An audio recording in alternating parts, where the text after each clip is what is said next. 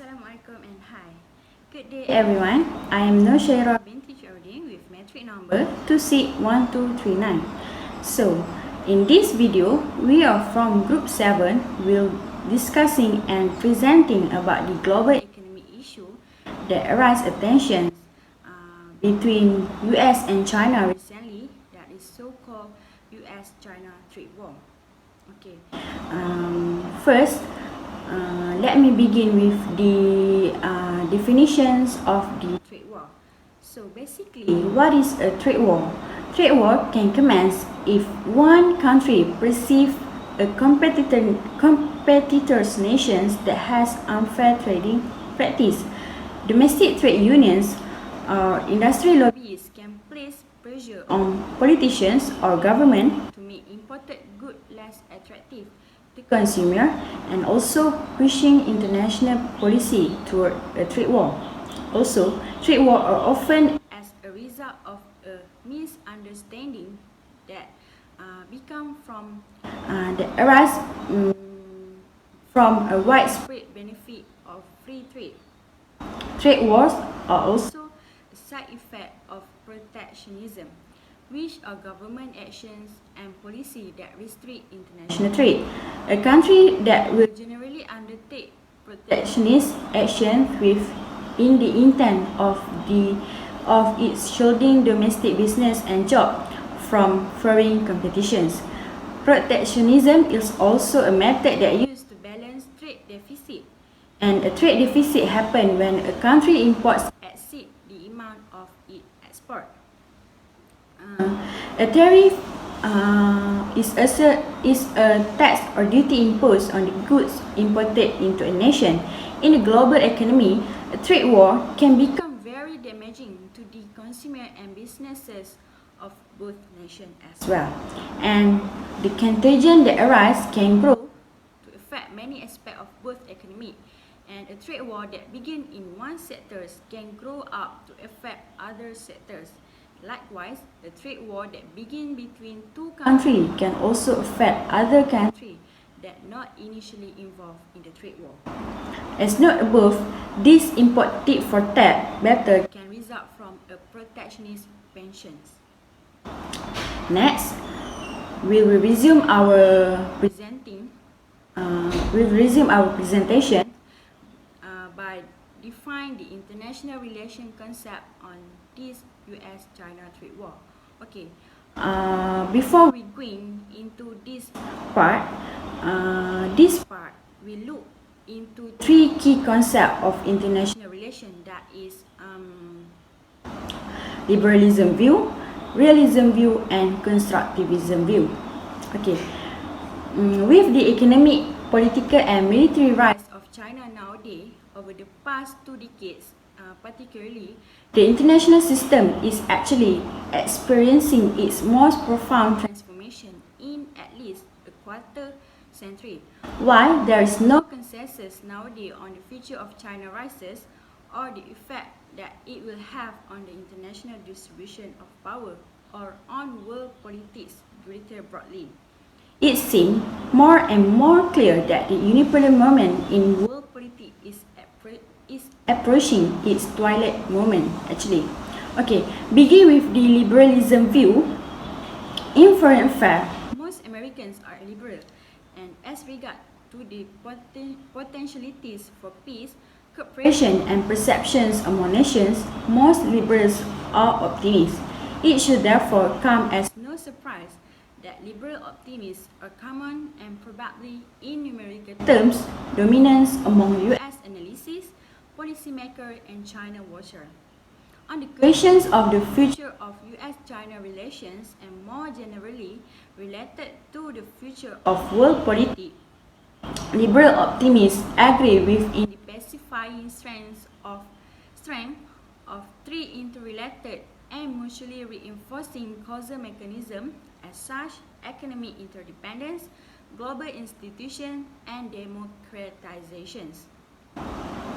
Liberal optimists also believe that bilateral economic exchange actually creates shared interest in excellent relations between states. The higher the volume of trade and investment flowing between two countries, the more organization on each side will have a strong interest in avoiding conflict and will resume keeping peace. So, liberal optimists observe that economic exchange between the United States and China has multiplied dramatically since the onset of market reform in China back then in the 1970s.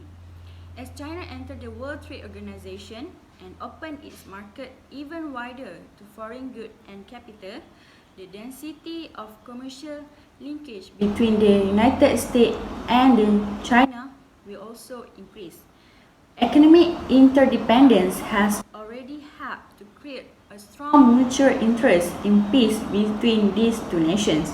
Barring some primary disruption, economic forces will probably proceed to draw them together in constraining and damping into any tendency toward a conflict.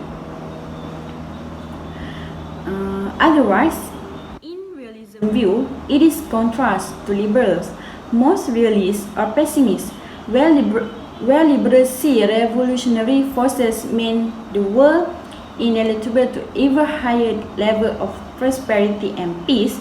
Realists see inescapable laws of nature compelling a recurring combat is for power and survival.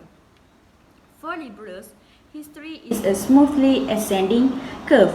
Under stipulation of anarchy, it is the material power and in particular the military strength of the various units in an international system that has normally been decisive in shaping the patterns of relations among them. So for realist pessimists, the single most important feature of the China today is its pricing power itself. Everything else, including the likely character of the US-China relationship, follow from this fact. Taking aggregate economic capacity as a rough surrogate for overall national power, it is apparent that China's growth has been extraordinarily rapid.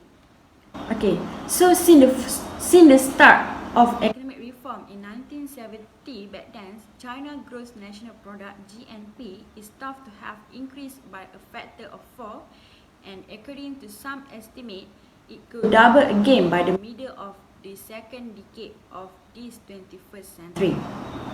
What is especially impressive about the Chinese economy is not only the speed with which it appears to be expanding, but its growing mass and enormous potential. Given the sheer size of its population and the rising productivity of its workers, China may one day retain its historic position as the world's largest economy.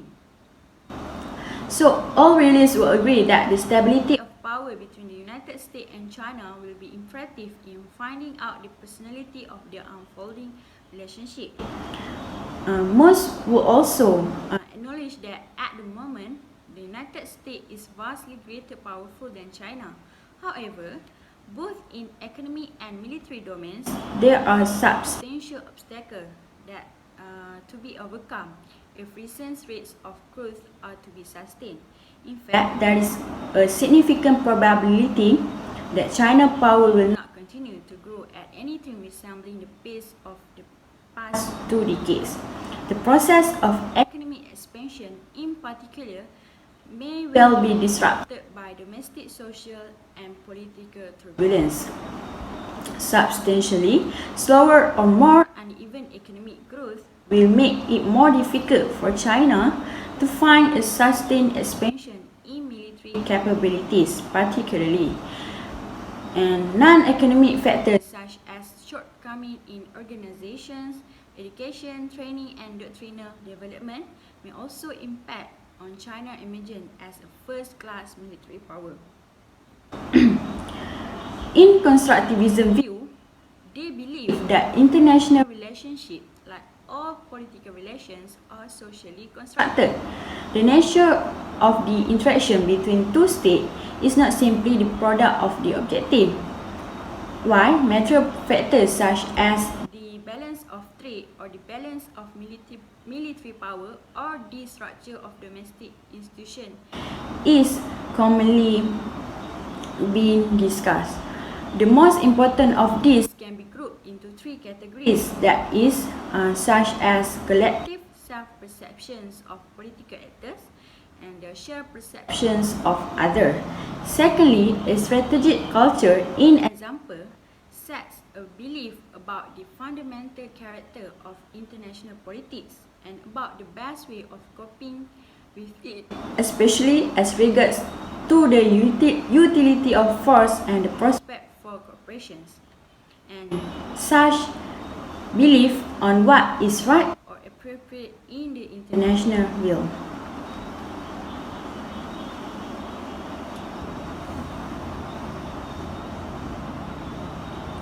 Next, we will be discussing about what are the cause or main factors that arise tensions between these trade war that particularly happen between US and China. There are two main factors that will be discussed. That is US-China trade imbalance and Made in 2025 initiative. Okay. Will we begin first with US-China trade imbalance? Okay. US imports from China were estimately about 506,000 billions, and most of it is electronic, clothing and machinery. Half of all Chinese imports are goods used by US manufacturers to make other products. They send raw material to China for low-cost assembly. Once shipped back to the United States, they are considered as an import. The tariff raised their cost and forcing them to either raise prices or lay off workers. An example is salmon caught in Alaska and sent to China for processing, then sent back to US grocery shelf. Then, if Trump imposes a tariff on seafood import, it will raise about to a price by 25 cents to 50 cents a pound. China is the world #1 exporter. Its comparative advantage is that it can produce consumer goods for lower cost than other countries can. China has a lower standard of living, which allows its company to pay lower wages. American companies can compete with China low cost, so it loses US manufacturing jobs. Actually, American of course want this good for the lowest price. Most are not willing to pay more for made in America. Increasing financial power of China in the course of the current many years, alongside with declining share of the United States in the global production and worldwide exchange in the opening of the 21st century, has led to an exchange in the geopolitical landscape of the world economic view. China grew to be the leader in commodity export in 2015 and grew to be a dominant player in worldwide trade. And this has led to the announcement of the imposition of sanctions to China based totally on Section 301 of the US Trade Act in March 2018, and it has caused an escalation of the trade dispute between the US and China. Major factors leading to the trade war included the US dissatisfactions with China unfair trade practice, a reflection of its political and economic system, which deviate extensively from those of the West, and the upward thrust of China, which is the US has taken significantly as a mission to its hegemony. The trade war signifies a shift of the US-China policy from an engagement to decoupling, which includes restricting the flow of trade and investment, as well as properly as technology and human being between the two nations. Subsequently, US is also strengthening its countrywide security review system concerning inward foreign investment, making it extra making it extra and greater hard for China to import technology through acquiring US company. At the same time, it is additionally tightening restriction on US group doing business with some high tax. The second set of issue that causes this trade war is constant technology transfer and high-tech industrial policy. That is, in example, the Made in China 2025 initiative. Okay, among China unfair trade practices, the US is most vigilant of its industrial policy, particularly the Made in China 2025 that design announced in 2015. Made in China 2025 is a roadmap for the improvement of the manufacturing industry as expected by means of the Chinese government. The roadmap targets the following 10 precedent sectors, which include next generation, data technology, advances digitally managed computing device, tools and robots, aviation and aerospace equipment, marine engineering tools and high-tech vessel, advances rail transit equipment, as well as low and new power vehicle, power equipment, agricultural machinery, new material, biopharmaceutical and high-end scientific gear. Responding to the criticism from the US side, the People Daily, which represent the official view of the Communist Party of China, we thought that the real rationale of the US in waging an exchange war is to comprise China as a challenger to US hegemony, and asserted that the view of China as an unfair trader is groundless and nothing greater than an excuse. It claimed that US overseas coverage followed about 60% rule, which dictates that each time of a foreign United States reached 60% of the US in economic dimension and continue to develop fast, threatening to overtake the US economy, the US need to view it as a rival and vanquish it by means of all means. China is now the target as Japan was in the past. So for the US, China has turned out to be a threat to the America First principle.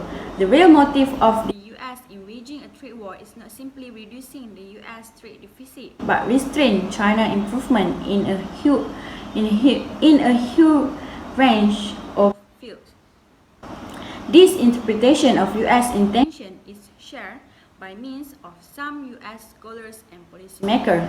Professor Jeffrey Sachs of Columbia University, for example, writes, the Trump administration conflict with China has a little to do with US external imbalance, closed Chinese market, or even China alleged theft of intellectual property. That's all from me. Okay, so let's resume this video presenting to my next group members. And hello everyone, I hope everyone is safe and sound out there. I'm Shalini, daughter of Rajiv Kumar with my metric number 263085. Today I will be presenting on the consequences of the trade war between United States and China. The trade war between United States and China not only reflected to both the countries but to the entire world. The trade war between the top two trading countries in the world to disrupt the global economy. The consequences of the trade war between China and United States can be seen through trade, slow economic growth, tariffs and marketplace shortage. Today I will be presenting about the trade and slow economic growth, whereby another colleague will be presenting on the tariffs and marketplace shortage. Trade actually involves in buying and selling of products and services through the compensation by the buyer to the seller or exchange of goods and services between the involved parties. Precisely, trade is actually economy deal between manufacturer and the purchaser or the consumer. International trade enables countries to expand markets around the globe by selling the goods and services. This situation allows variation of goods and services around the world that exposed to goods and services not only available in their own country but all around the world. International trade involves imports, exports, and of products and services.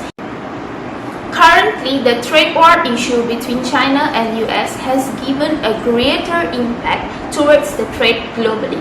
Trade war starts when a country imposes tariffs on the imports and switch from free trade to protectionism trade. What is this free trade and protectionism trade meant? Free trade is actually unrestrained trade between countries not obstructed by high tariffs, whereby protectionism trade is when the government raises the tariffs and restrict the regulations towards the imported goods. As mentioned above, it is clearly can be seen that trade war between China and US lessened the international trade globally. This is obviously due to the rise in tariffs and protectionism trade. Rise in tariff towards the imported goods and services burdens not only the manufacturers but also the consumers. The rise in tariffs burdens the exporters from one country to another, and this directly causes the increase in price of the goods and services. For an example, in January 2018, imposed tariffs on products made up of metal and steel. This impacted the goods that imported from European Union, Canada, China, and Mexico. In response, Canada imposed temporary duties towards steel and other products imported from the America, whereby European Union imposed tariffs towards agricultural products and other products from the Americas, such as Harley-Davidson motorcycles. In September 29, United States had implemented 10% tariffs, as we all know, towards China's product. The American duties towards China reflected a great impact towards the Chinese economy and hurting the manufacturers too. According to the manufacturing data, economists argued and claimed that if this situation goes on,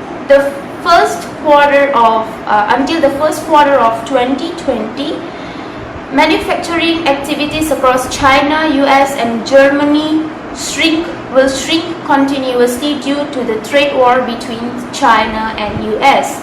China's manufacturing activities shrink continuously for the 5 months, while regardless for both Germany and US dropped to their lowest level. Other than that, the rise in tariffs also caused rise in price. Rise in price do burden the consumers, as I mentioned earlier, and this will rise their daily expenses. The demand for the services also will be reduced, and this directly do lessen the international trade. It proves that the trade war will cause price increase towards the goods, and this will lessen the international trade globally. Next, moving to the slow global economic growth. Economic growth is actually a rise in number of production of goods and services in a specific period of time.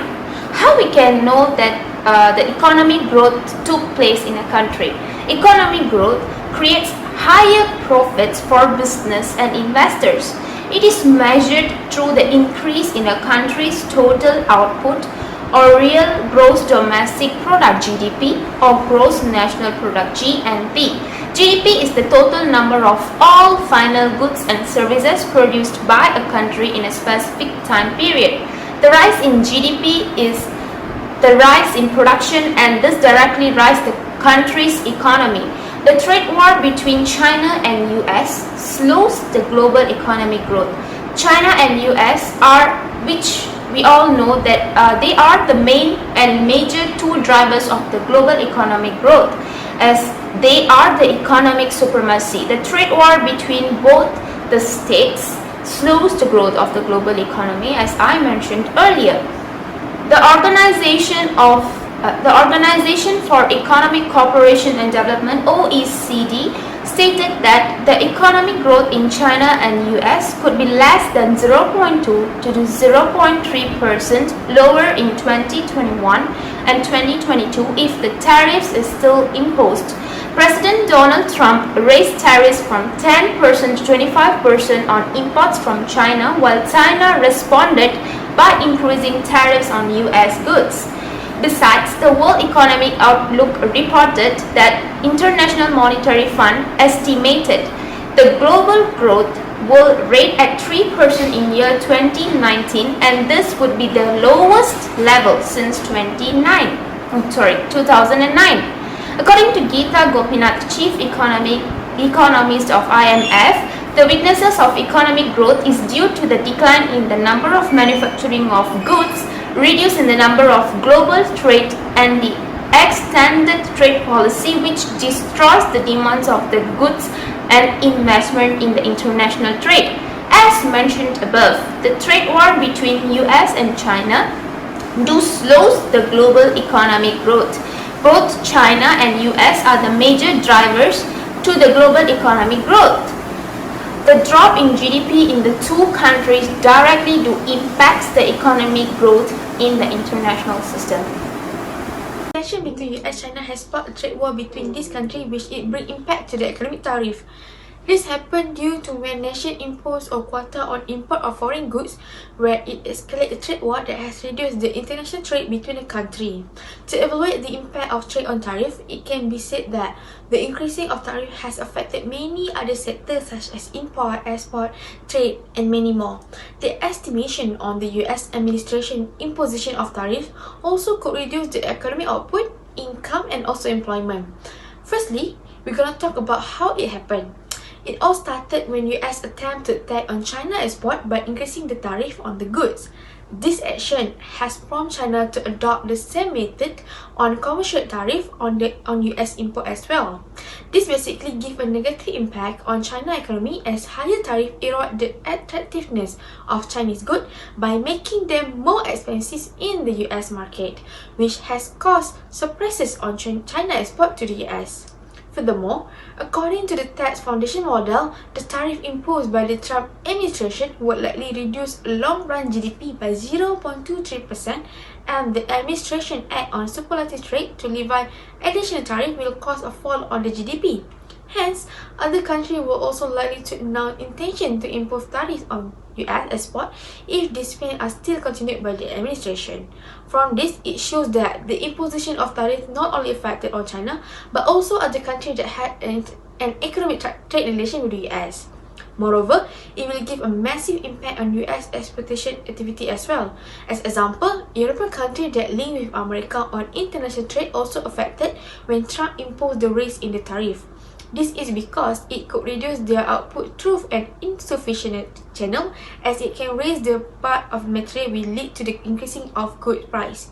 Hence, it definitely affects the consumer when they had to pay for the import taxes. This is because the rise of foreign goods, like what Trump stated through his policy, which is to focusing more on the local product where he imposed the tariff, would likely cost a higher price on the foreign goods. However, on the other side, it brings benefit to the American because the production of local product help to boost the American economy. To summarize, the imposition of tariff not only gives solely impact on China, but also both countries, US and China, consumer as well as other countries that make an international trade with America. Next is the stock market. What is stock market?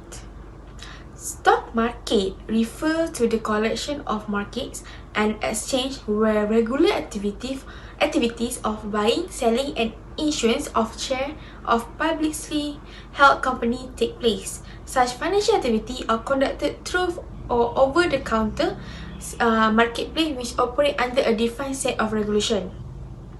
This trade war has led into another disarray on global economy, as this trade policy has never been as turmoil before this as it happened recently, which has led to the volatile of stock market. Stock market seem to be continued to tumble around the world as the tension between US and China is still ongoing. The action of both countries to spark a war has indirectly affected stock price through a global value chain that link each with US and China, and also those third economic countries which did not directly involved with this trade war. The latest escalation in the trade war has causing all three major of US stock index nosedive. Such example, the Dow Jones Industrial was closed down 7.767 points, which average fell around 2.9%. The blue chip also affected, as its index has fallen more than 6% from the last month, while the Standard & Poor has lost about 500 index for the 6th day in a row. This situation was expected that the turbulence will continue until US and China resolve this matter. Furthermore, this crash could open up another door to never-ending problem if there is no action taken to stop the war. The volatility will affect the value of workers' plan as well as the retirement account, because it hit particularly hard on anyone who are approaching retirement, as the retirement plan may be less worth than original put in the plan. In addition, it gives big impact on companies and also all the stockholders, as the companies can no longer raise as much money as they can by selling stock and may have to cut on growth and expansion from this. It also affects the job sector, where many people will be unemployed.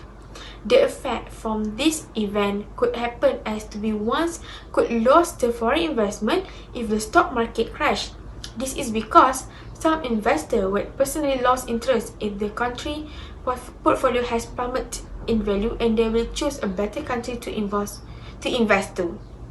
To be concluded, stock market stability is important to attract the investor to invest in one's country, and also to make sure that the economy of the country in the stable state in order to maintain the sustainability of the economy. Next, we are approaching the next discussion, which is the possible solution to end the war. The conflict between US and China will not going to end if there is no action taken to end it. Both countries has to work hand in hand and having a mutual understanding in selecting the possible solution to end the war. There are several possible solutions that can be discussed and applied in order to end the war. The first one is the trade negotiation. Negotiation always seems as one of the best ways to end dispute without involving any violation or harming to the people or party. Negotiation works as the involved party will try to avoid any argumentation, but instead will agree to reach some form of compromise, which they are give and take in the discussion, and also to the result of the resolution. The best way that can be done by this country is by having a trade talk, which they once refused to do it. But at this moment, having a trade talk would literally help both sides to come up with a best resolution for this matter. Moreover, the discussion should focus on how to reduce the barrier on the trade. Recently, the tariff issue has become the initial problem that sparked the war between these countries. By having a negotiation, US and China should come up with the best solution in reducing the barrier, such as US uplift the tariff over the Chinese goods and also vice versa. This settlement will help to end this dispute without causing any loss to any side. This is because by reducing the barrier, both parties can build up the trade relation that eventually will help them to boost both country economy. Hence, US and China also may agree on strengthening provision to enable both country business or any other country that having a trade relation with them to compete in fair and transparent manner. Through this, negotiation will help not only US and China, but also other countries that wanted to make business with either country without having competition that will lead to the loss of profit. To summarize, negotiation is one of the best solutions to end this trade war, as it gives chance to the party involved to choose the solution that bring benefit to their country. The second one is the WTO involvement. WTO works as an organization that monitors the international trade between the countries. Its main aim is to promote a free trade by lowering the tariff and reducing other barriers. It works as mediator, and if necessary, it will work as arbitrator to settle a dispute between the country. From this, the member also can file a complaint against each other if one of them apply an unfairly subsidizing or violating on the trade agreement. Hence, the organization will open up an investigation on the violating cases to figure out the roots of the problem. The benefit of the WTO process is it helps to prevent any damaging consequence of the trade protectionism. As the world knows, US has come up with the new policy, which is America's first policy under the Trump administration, where they're focusing in protecting their national interests by applying the protectionism component. This component is one of the reasons why Trump imposed the tariff over China. And by the help of WTO, it can help to end the trade war and also give benefit to both countries, as US still can pursue with their policy. And at the same time, China and US can settle the dispute without raising the tariff. However, things will not going to work if the country are not giving cooperation. In order to agree with the resolution, America especially has to play a vital role by agreeing and abide to the rules that WTO has set up. This is because on 2018, Trump has ignored the WTO process even though America has agreed to reduce the deficit with China. But he neglected the rules and has caused a war with China. In order to settle this problem, both countries has to abide to the rules that WTO has set up so that the progress by WTO will shorten the resolution time if the perishable goods are involved. The third one is the status quo. Another possible solution that can be taken to end this war is by creating a new status quo. By imposing a new status quo, both countries can come up with the settlement that possibly same as negotiation, where there will be no hard power involved. The scenario that both countries can play out is by agreeing to end the trade hostilities and as well as agree to have a bilateral talk, meanwhile supporting it with a rhetoric in their respective country. Both parties retreated to their primary position and pulled out the tariff hikes. The new status quo is reached where trade flows are back to normal, but business leaders in both countries are seriously assessing their future risk exposure. This scenario is more likely, at least in the near future, as the global stock market is not responding to the growing economic uncertainty caused by the trade war. US retailer and consumer will also experience a greater distress if China imports tariff remain high. Due to the distress, by imposing a new status quo, a mutual solution can be considered to make sure that both business and consumer are not affected by the trade war. It is important to consider the demand of the consumer, as consumer is the biggest contributor for the country cash flow. In the case of China, the decline in employment, the financial sector reform, and the slowdown in the domestic manufacturing and consumption sector will prompt government to engage in talk with the US. To conclude, the status quo is important to help the country to build the trade resolution between the US and China in order to fulfill the demand of the consumer. Lastly, the fourth solution that can be considered is the legalistic approach. One of the ways that can be considered to resolve the dispute is by making an agreement that legally binds with the law. Through legal approach, a legal action can be taken on the party that neglect the rules of the agreement. Legalistic approach between US and China can be achieved if both countries is willing to follow the requirement and they end the condition. By imposing a legalistic approach, it can develop a realistic assessment between US and China, where they will come up with an agreement that are realistic and either party will not losing anything. This approach can be attaining if China change their law. Legalistic approach is a common thing in America since America is a constitutional republic where some decisions are made by the direct democratic process, while China is a communist state where government take control in most of the decision. Since China said that they oppose the encoding of the law and will only make a mutually beneficial agreement, it is necessary for China to change their law in order to make sure that this approach can be attained, as it will bring win-win solution to the both countries. In short, legalistic approach can be achieved if China agree to change its law and agree to bind the legal law, but in making sure that there is no violating over the international trade. I would like to emphasize that US also play a vital role by giving a fully cooperation and abide to the rules from the agreement in order to come up with a solution that will end this war. Hi and hello everyone, I am back to continue further discussion on the possible or best solution that can be taken in order to solve the trade war between United States and China. Actually, there are few initiatives that can be taken in order to end the trade war between China and United States that has been explained by another colleague. such as through trade negotiations between involved parties, through the involvement of WTO in solving the trade war issue, applying for new status quo, and through legalistic approach recommended with the help of International Court of Justice, which is ICJ.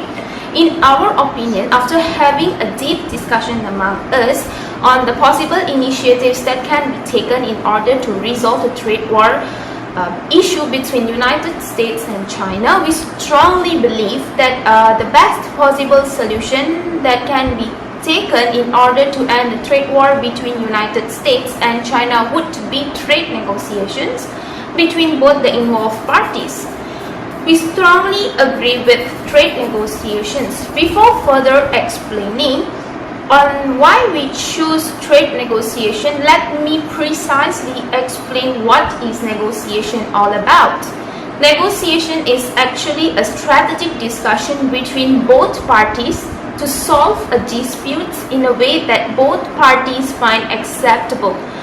We strongly agree that the trade negotiation can resolve the trade war issue because negotiation involve a strategic and deep discussion between two parties as they agree with his or her suggestion without a fight. Both China and US should resume the trade talk or trade negotiation in order to solve the issue. Parties involved in negotiation should keep away from arguments and should reach some form of compromises. You may be wondering that why we still choose trade negotiations even though the previous trade negotiations between US and China failed.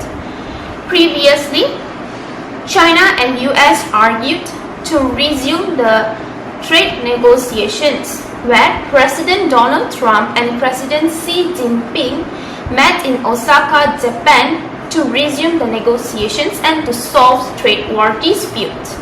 However, after 33 days, President Trump, frustrated with the slow progress of negotiation, and announced that he would impose 10% tariffs towards China's imposed.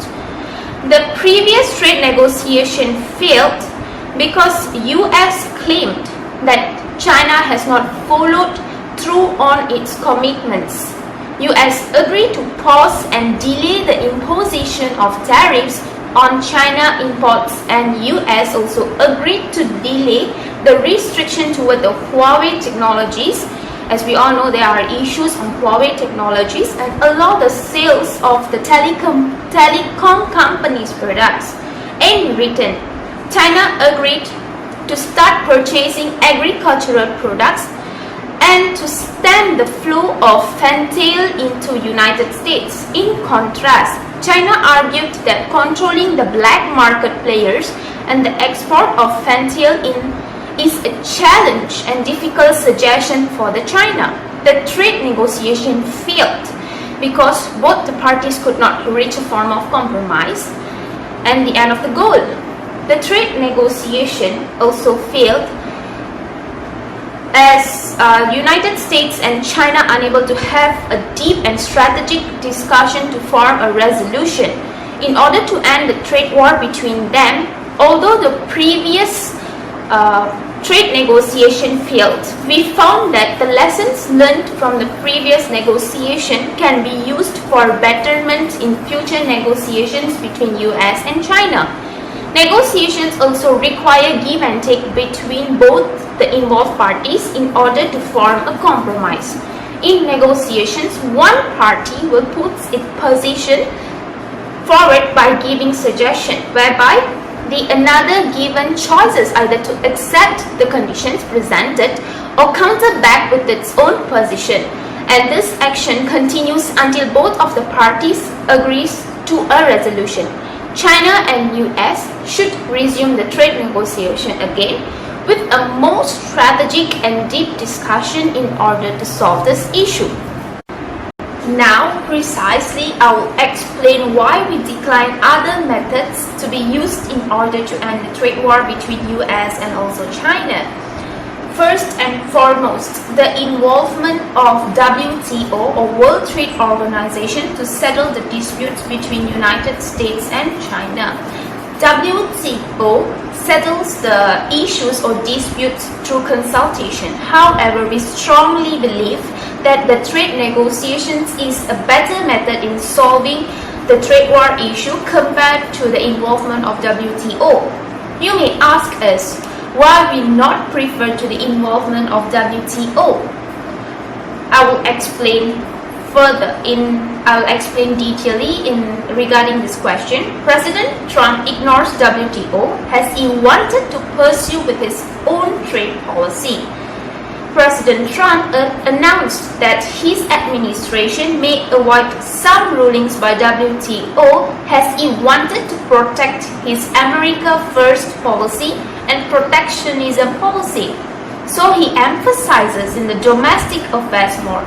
In order to achieve this, President Trump suggests either to renegotiate or pull back the United States from multinational trade agreements and look forward for bilateral trade deals. This situation clearly proves and explains that President Trump agrees more in negotiation in order to solve disputes rather than other methods to solve them. For an example, in 2018, China had filed a formal complaint with WTO on United States stating that the tariffs imposed on China's goods go against the international law, which brings back the involvement of WTO in solving these disputes. However, the involvement of WTO unable to solve the issue as President Trump announced earlier, and he mentioned previously, informing that he will avoid and ignore WTO in order to carry out and protect his America's First policy.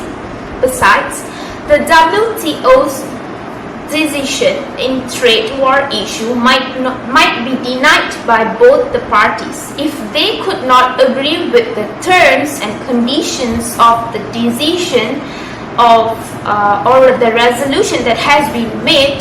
This shows that the trade negotiation is a better solution to solve so that the both parties can deeply discuss and come to form a compromise with both agreeing to the terms and conditions of the resolution that had been discussed earlier. Most of the cases filed with WTO has been informed that actually they are nearly 70% settled through negotiations and not through the compromises. Not through the consultations. This clearly shows that negotiation is the best way to solve the trade war between China and United States. Moving next to the formation of new status quo. New status quo. What is that actually? New status quo is a new condition or state of affairs. President Trump and President Xi Jinping agreed to end the trade friction between both the countries as both the parties agreed to end the trade war and withdraw the tariff hikes. The new status quo would be achieved when both the parties, which are China and United States, agreed to resume the trade as usual. However, to achieve a new status quo, good and strategic talks negotiation needed between involved parties in order to form a resolution and end the trade war between them. With this, we believe that strategic, planned, and wise trade negotiation between China and US needed in order to form a new status quo and resolve the trade war disputes. Last but not least, thanks for bearing with me. Legal approach recommended with the help of International Court of Justice also has been discussed previously discussed previously as a method in order to solve the trade war issue between United States and China. What is legalistic approach is actually? Legal approach is defined as a law method used in dealing with disputes or issues arise. In our opinion, legal approach does not work to resolve the trade war issues between China and United States because both the involved parties, China and US, as we all know, have different judicial systems. The discussed or suggested legal terms and conditions may make sense in United States, but it will be contrast in China, which it will be faulty in China. This will cause another friction between both of them. In addition, both the parties might neglect and disobey the deep legal restrictions. Nonetheless, we strongly trust that the trade negotiation is better than legalistic approach, as through trade negotiations, involved parties can come to consensus and agreement with a deep and wise talk and discussions. At the same time, both the parties can also suggest and choose the agreeable terms and conditions to be followed by both the parties in order to solve the trade war.